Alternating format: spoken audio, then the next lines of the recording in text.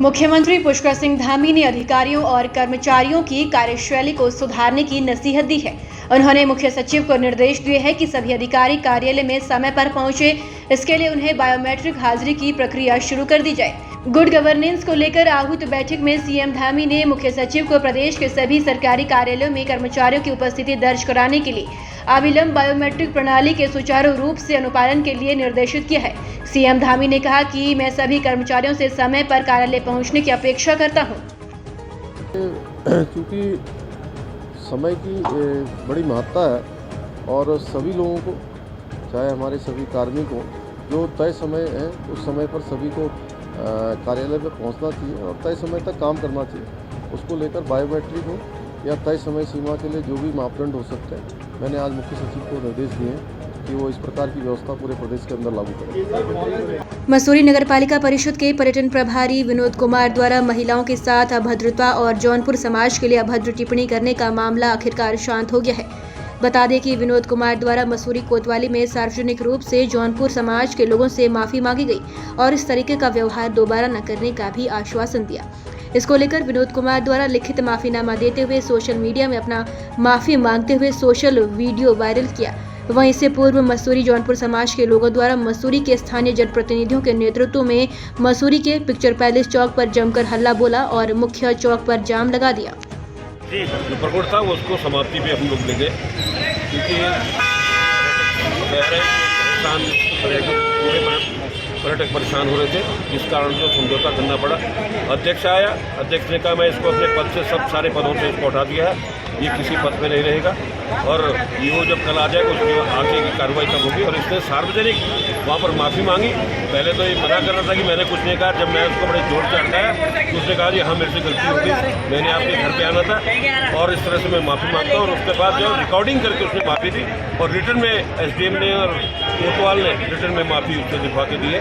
और आइंदा जो है किसी भी समाज को, तो जौनपुर समाज को उसने आज कह दिया, किसी भी समाज जो समाज के शहर में रहते हैं, किसी को भी आगे इस तरह की वो नहीं बात नहीं कहेगा। पालिका के कर्मचारी भी साथ है, वो भी त्रस्त हैं उसकी इन हरकतों से, परेशान है। अभी हमारे सामान्य सभासद भी कह रहे थे, वो भी लिखने देने को तैयार है। तो अगर अकेले अध्यक्ष जी अपने अधिकार का दुरुपयोग कर रहे हैं तो हम इसकी कड़ी निंदा करते हैं, विरोध करते हैं। उसको सस्पेंड किया जाना चाहिए और इमीडिएटली किया जाना चाहिए। समाज के लोग आए हैं तो वो इसलिए नहीं आए कि उनके समाज में उंगली उठी है, वो इसलिए आए कि पूरा शहर, पूरा मसूरी विधानसभा, इसमें कोई क्षेत्रवाद नहीं होना चाहिए। हम सब एक हैं, आज हमारे साथ हुआ, कल किसी और के साथ होगा।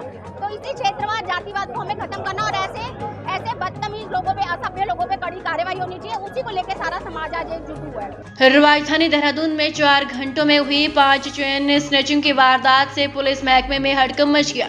उत्तराखंड पुलिस मुखिया डीजीपी अशोक कुमार ने इस घटना पर सख्त रुख अख्तियार करते हुए इसकी समीक्षा करने की बात कही है। उन्होंने कहा कि ये गंभीर मामला है कि 5 वारदात करने के बाद भी बदमाश पुलिस ट्रैप में नहीं आए हैं।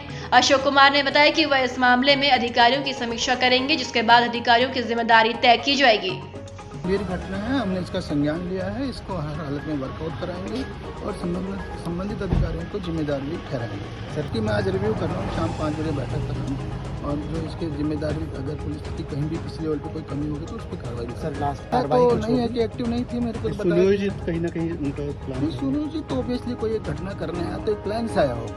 प्रॉब्लम यह है कि हमारे ट्रैप में क्यों नहीं आता है। वर्कआउट तो हम कर ही लेंगे 100%, किंतु उस टाइम हमारे ट्रैप में क्यों नहीं आता है, ये सवाल है। इसके लिए मैं इसकी समीक्षा कर रहा हूँ। कोई जवाब दे सर अधिकारियों के वो, अगर कोई किसी की गलती पाई जाए तो जवाबदेही 100% फिक्स की। देखिए, जो घटनाक्रम चेन स्नैचिंग की महिलाओं के साथ में हुई है, निश्चित रूप से दुर्भाग्यपूर्ण है और ऐसा नहीं होना चाहिए, क्योंकि ये देवभूमि में है। इस प्रकार के कौन से अराजक तत्व घूम रहे हैं, इसको गंभीरता से लेना होगा। अभी पुलिस महानिदेशक आए हुए थे, मैंने उनको भी साफ कहा है कि इसका पर्दाफाश होना चाहिए। कौन व्यक्ति इसमें संलिप्त है, बाहर के कौन लोग आ रहे हैं, क्या उनका सत्यापन हुआ है, सीसीटीवी इत्यादि डाले जाए और निश्चित रूप से जो अपराधी इसके हैं, जो चेन स्नैचिंग जैसे काम को अंजाम दे रहे हैं, उनको सलाखों के पीछे जाना चाहिए। तो उन्होंने इस विषय को गंभीरता से लिया है। मुझे उम्मीद है कि जल्द से जल्द जो है चेन स्नैचर जो है वो पकड़े जाएंगे। उत्तरकाशी जनपद में अंतर्राष्ट्रीय सीमा के अंतर्गत प्रतिबंधित क्षेत्र इनर लाइन में ट्रैकिंग हाइकिंग हेतु जाने के इच्छुक लोगों को अब पूर्व व्यवस्था के तहत सिंगल विंडो सिस्टम के माध्यम से पास जारी किए जाएंगे, जिसे लेकर जिलाधिकारी अभिषेक रुहेला ने एनआईसी सभागार में गुरुवार की देर शाम संबंधितों के साथ विस्तृत चर्चा की। इस बैठक में राजस्व, वन, पुलिस, पर्यटन विभाग सहित ट्रैकिंग एसोसिएशन और होटल एसोसिएशन के पदाधिकारी उपस्थित रहे। 3 मई से प्रारंभ होने जा रही 4 धाम यात्रा के दृष्टिगत मुख्य चिकित्सा अधिकारी डॉक्टर के.एस. चौहान द्वारा जानकारी दी गई कि जिलाधिकारी अभिषेक रुहेला द्वारा दिए गए निर्देशों के क्रम में दोनों धामों के यात्रा मार्ग पर पड़ने वाले स्वास्थ्य इकाइयों में सभी आवश्यक व्यवस्थाएं चाक चौबंद कर ली गई है। Doctor KS. चौहान द्वारा बताया गया कि यात्रियों के स्वास्थ्य की देखभाल हेतु यात्रा मार्ग पर पड़ने वाले समस्त चिकित्सा इकाइयों में आवश्यक दवाइयां, ऑक्सीजन सिलेंडर आदि की व्यवस्था पूर्ण कर ली गई है। उत्तरकाशी जिलाधिकारी अभिषेक रुहेला ने प्रतिकर भुगतान और सड़क सुरक्षात्मक कार्यों को लेकर पीएमजेएसवाई और लोक निर्माण विभाग के अभियंताओं के साथ कलेक्ट्रेट स्थित जिला सभागार में बैठक आयोजित कर आवश्यक दिशा निर्देश दिए। जिलाधिकारी ने पीएमजेएसवाई के अभियंताओं को निर्देश दिए कि जनपद में सड़कों के लिए अधिग्रहित भूमि के प्रतिकर भुगतान न होने की शिकायतें बहुआयत प्राप्त हो रही है, लिहाजा सभी संबंधित अधिकारी प्रतिकर भुगतान की कार्रवाई करना सुनिश्चित करें और प्रतिकर भुगतान की प्रतिदिन की रिपोर्ट मुख्य विकास अधिकारी कार्यालय में उपलब्ध कराना सुनिश्चित करें।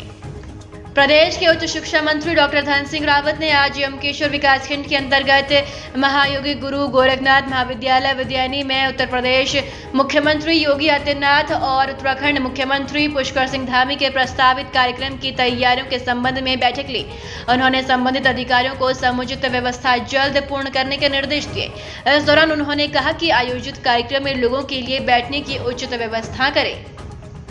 पुलिस अधीक्षक उत्तरकाशी के निर्देशन में नशे और मादक पदार्थों के खिलाफ उत्तरकाशी पुलिस द्वारा चलाए जा रहे नशा मुक्त उत्तरकाशी अभियान के तहत कोतवाली पुलिस द्वारा गत रात्रि में तेलखा पुल तिराहा से चेकिंग के दौरान एक व्यक्ति विकास उपल पुत्र कोमल प्रकाश निवासी उत्तरकाशी को 2 पेटी अवैध अंग्रेजी शराब के साथ गिरफ्तार किया है।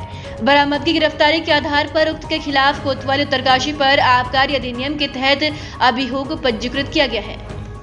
बाजपुर में तहसील प्रशासन द्वारा तालाबों की सफाई को लेकर जेसीबी की मदद से खुदाई करवाई। इस दौरान उन्होंने तालाब की खुदाई के बाद सौंदर्यीकरण जल्द करवाए जाने की बात कही। बता दें कि जिलाधिकारी के निर्देश पर तालाबों को पुरानी स्थिति में लाने के लिए स्थानीय प्रशासन लगातार कार्य करता दिखाई दे रहा है। इसी के चलते बाजपुर के ग्राम बांसखेड़ा में तहसीलदार राजेंद्र सनवाल ने राजस्व विभाग की टीम के साथ जेसीबी की मदद से तालाबों की खुदाई करवाई। अधिकारी के निर्देश के क्रम में तालाब जो हमारे सरकारी अभिलेखों में दर्ज हैं, इनको अतिक्रमण मुक्त करा रहे हैं और इनकी खुदाई करवा रहे हैं और इसका फिर सौंदर्यीकरण विकास खंड के माध्यम से किया जाएगा। तहसील बाजपुर में हमारे चकबंदी और उसमें लगा के 51 तालाब हैं। अभी तक हम लोगों ने 4-5 तालाबों को खुदवा दिया गया है। आज पूरा दिन इसी में लगेंगे हम लोग खुदवाने में। अतिक्रमण वाले में तो फिर हाईकोर्ट में है, कुछ सुल्तानपुर पट्टी वाला मामला है, वो तो हाईकोर्ट में चल रहा है, वो तो फिलहाल पेंडिंग है। पूरे देश में अब ऑनलाइन एजुकेशन को अधिक तवज्जो दी जा रही है। ऑनलाइन शिक्षा के जरिए छात्रों के भविष्य को बेहतर बनाने की कवायद की जा रही है। उत्तराखंड में शिक्षा के क्षेत्र में पहली बार मोबाइल एजुकेशन ऐप का शुभारंभ किया गया, जिसके जरिए कम खर्चे में बच्चों को बेहतर शिक्षा मुहैया कराई जाएगी। ये जो ऐप लॉन्च है बेसिकली ये हमने प्रोजेक्ट गुरुकुल और पुकार सोसाइटी के साथ कोलैब करके बनाया है। इससे हमारा जो मिशन है ईच वन टीच टू, ये हम इसको साकार करना चाहते हैं। तो बेसिकली क्या होता है, एजुकेशन सिर्फ किसी एक का ही हक नहीं है। हमारा तो टैगलाइन भी है, अब सक्सेस पर सबका हक। इसके हम हैशटैग्स भी बहुत रेगुलर वे में चलाते हैं। अब इससे होगा क्या, एक बच्चा जो हमारा सब्सक्रिप्शन लेगा उसके साथ हम 2 BPL बच्चे या फिर वंचित जो छात्र वर्ग है उसको फ्री शिक्षा मुहैया कराते हैं। तो ये हमारा बेसिकली जो भी इसका पूरा प्रोटोटाइप है वो इसी पर डिज़ाइन है, ईच वन टीच टू, जिसमें जो उत्तराखंड की टॉप NGOs हैं, प्रोजेक्ट गुरुकुल और पुकार सोसाइटी, वो हमारे साथ कोलैब कर रही हैं। बेसिकली एडुफ्लेक्स 360 डिग्री के नाम से एक ऐप है। ये ऐप क्यों है, ये ऐप उत्तराखंड के बच्चों के लिए ही विशेषकर हमने बनाई है, क्योंकि बेसिकली वो दिल्ली मुंबई की ओर रुख करते हैं अपना, ठीक है।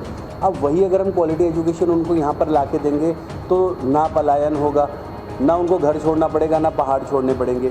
एंड इवेंचुअली जब हम उनको अच्छी शिक्षा यहीं पर दे रहे हैं तो उसके लिए हमने कुछ टीचर्स भी हायर किए होंगे, वो टीचर्स भी उत्तराखंड के हैं। इस ऐप को बनाने वाली हमारा entire committee, entire team Uttarakhand की है, तो जो रोज़गार के ऑप्शंस हैं वो भी उत्तराखंड में ही बढ़ रहे हैं। तो कहीं ना कहीं हमारा जो मोटिव था रिवर्स माइग्रेशन का, वो इस ऐप के थ्रू हम सक्सेस होता देख रहे हैं। इस ऐप को हम लगभग 2018 से बनाना स्टार्ट कर चुके थे। पूरे कोरोना काल में हमने इसको रिफ़ाइन किया है और रीडिज़ाइन किया है, तो लगभग 3-3.5 साल की मेहनत है हमारी ऐप एडुफ्लक्स 360। इस ऐप में हमारे काफ़ी सारे मॉड्यूल्स हैं। जब अगर उसकी क्वालिटी के बारे आप अगर बात करते हो तो ये कोई भी जो प्रेजेंट हमारी जो अभी अवेलेबल ऐप्स हैं उससे कहीं भी कम नहीं है। बेसिकली इसको उस नज़रिए से बनाया गया है कि एक जो आम हमारा स्टूडेंट है जो इवन गवर्नमेंट स्कूल में जाता है वो उस चीज़ से रिलेट कर सके और उसको समझ सके और उससे फ़ायदा उठा सके। ये है हिंदी टू हिंदी है, मतलब बेसिकली है कि समझना है जो पढ़ाया जा रहा है। बाकी ऐप्स जो अवेलेबल हैं वो थोड़े बहुत हाई क्वालिटी के हैं, जो मोस्टली जो हमारे अंडर प्रिविलेज या गवर्नमेंट स्कूल के बच्चे हैं वो उससे रिलेट नहीं कर पाते हैं। बेसिकली मेन उद्देश्य है कि ज़्यादा से ज़्यादा बच्चे इसका फ़ायदा उठा सकें। तो आर्मी, पुलिस हो गई और हमारा मीडिया वाले हैं, इनके बच्चों को, और यहाँ पे तो हम फ्री में वो कर रहे हैं। और बाकी जहाँ जो भी हम लोग जैसे जो एक ख़रीदता है अगर, तो उसके साथ में 2 को हम लोग फ्री दे रहे हैं। तो बेसिकली अगर मैं एक ऐप ख़रीद रही हूँ तो मैं अपने साथ 2 बच्चों को फ्री में पढ़ा रही हूँ।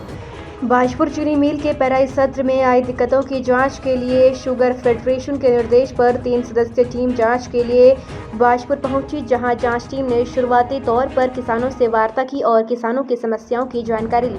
बता दें कि बाजपुर चीनी मिल के बीते पेराई सत्र में तकनीकी समस्याओं के चलते चीनी मिल का पेराई सत्र सही तरीके से नहीं चल पाया है, जिससे चीनी मिल को काफ़ी नुकसान का सामना करना पड़ा।